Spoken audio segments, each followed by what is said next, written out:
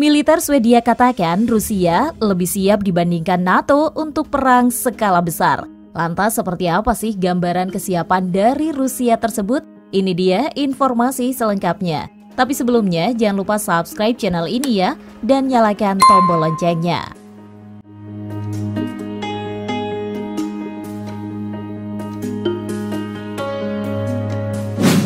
Sebuah laporan militer Swedia menyimpulkan bahwa militer Rusia lebih siap dibandingkan dengan NATO untuk perang berskala besar. Padahal belanja militer aliansi itu meningkat dan penyebaran pasukannya sudah jauh ke timur, bahkan mendekati negara beruang merah. Laporan itu diterbitkan Badan Penelitian Pertahanan atau FOI Swedia setelah menjalankan simulasi. Menurut laporan FOI, NATO memiliki kekurangan dalam kesiapannya, yakni negara-negara anggota tidak cukup berlatih. Sementara pasukannya tersebar secara geografis dan memiliki kemampuan militer yang sangat berbeda. Semua itu berarti bahwa Rusia memiliki keunggulan jika terjadi perang skala besar di lingkungan geopolitik terdekat Swedia.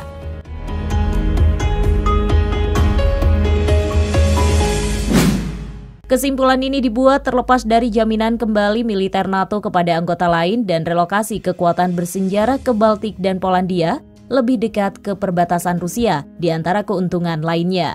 Pergerakan pasukan NATO ke timur dimulai oleh Presiden Amerika Serikat Barack Obama dan dilanjutkan oleh penggantinya Donald Trump meskipun pernyataan kritisnya tentang NATO yang disebutnya sudah usang.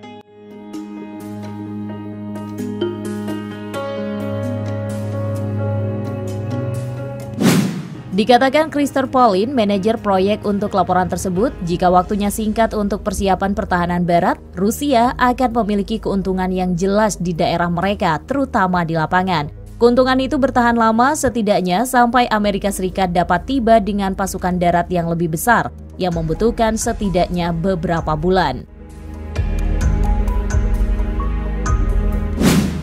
FOI menjalankan simulasi perang untuk menilai keseimbangan kekuatan militer NATO dan juga mitranya dalam kaitannya dengan Rusia.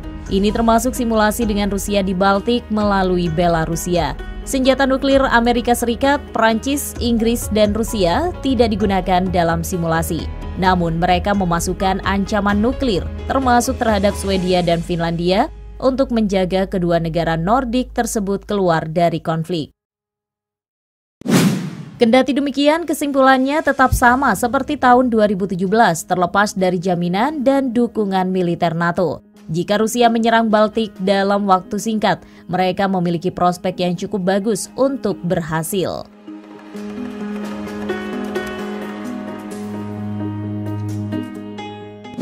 Menurut FOI, meskipun pengeluaran militer NATO meningkat dan posisi yang semakin maju di dekat Rusia, belum ada perubahan besar dalam keseimbangan kekuatan. Secara umum gambarannya menurutnya sangat mirip, baik dari segi ketersediaan maupun kualitas pasukan. Namun kekuatan NATO tidak perlu ditingkatkan lebih jauh. Menurut penilaian FOI, sebaliknya pasukan NATO harus dapat bertindak lebih cepat terhadap sejumlah ancaman serangan yang berbeda. Kekuatan utamanya adalah keunggulan di udara dan juga di laut. Masalah besar bagaimanapun adalah bahwa NATO dan mitranya tersebar di banyak negara. Akibatnya mereka memiliki kesiapan rendah dan tidak dikonfigurasi dan dilatih untuk perang.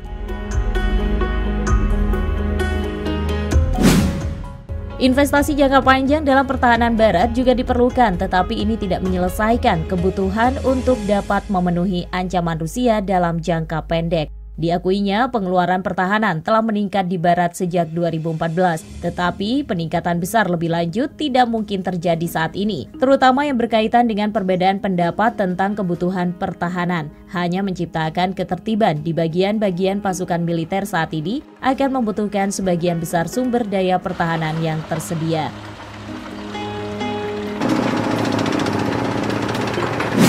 Sementara secara resmi mempertahankan status non-bloknya, kata Paulin, Swedia dalam beberapa tahun terakhir bekerja sama dengan NATO untuk membentuk kemitraan yang langgeng.